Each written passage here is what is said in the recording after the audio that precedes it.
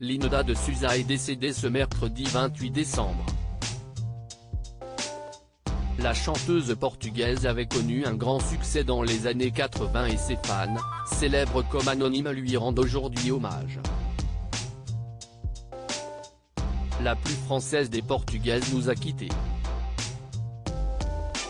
Ce mercredi 28 décembre, l'agent de Linda de Souza a annoncé que l'artiste était décédé à l'âge de 74 ans. Son fils Joao et moi-même avons la douleur de vous apprendre le décès ce matin à 10h10, de Madame Linda de Souza à l'hôpital de Gisors, où elle avait été transférée très tôt ce matin même pour insuffisance respiratoire et positive au Covid-19, a déclaré son agent et tuteur Fabien Lecoeuvre dans un communiqué.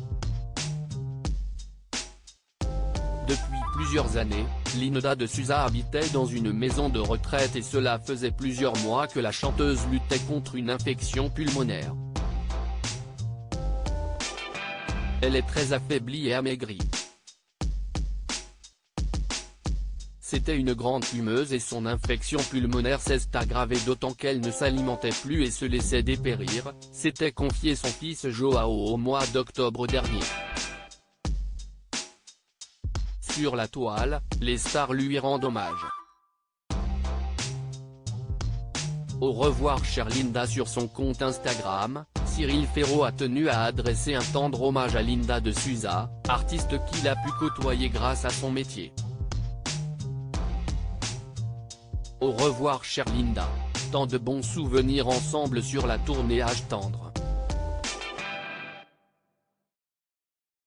Une grande artiste, si populaire, si touchante, a déclaré l'animateur de Slam, accompagnant son message d'une photo de la tournée.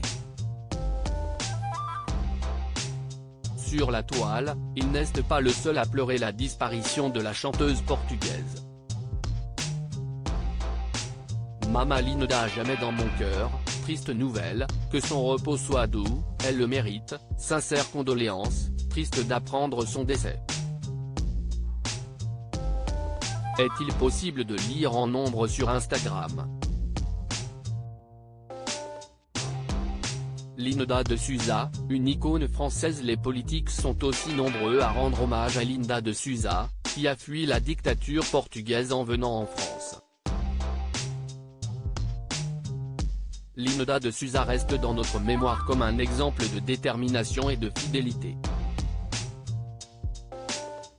Elle a été une icône française de l'immigration portugaise et ainsi une icône du Portugal, s'est exprimé le président portugais Marcelo Rebelo de Sousa à la presse lors d'un déplacement. En France, Anne Hidalgo salue une immense artiste, une femme courageuse, suivie par Fabien Roussel. Ses chants ont résonné dans le cœur de tant d'émigrés. Ce soir c'est pour elle que l'on chantera le fado. Adeus Linda de Souza. Une immense artiste, une femme courageuse.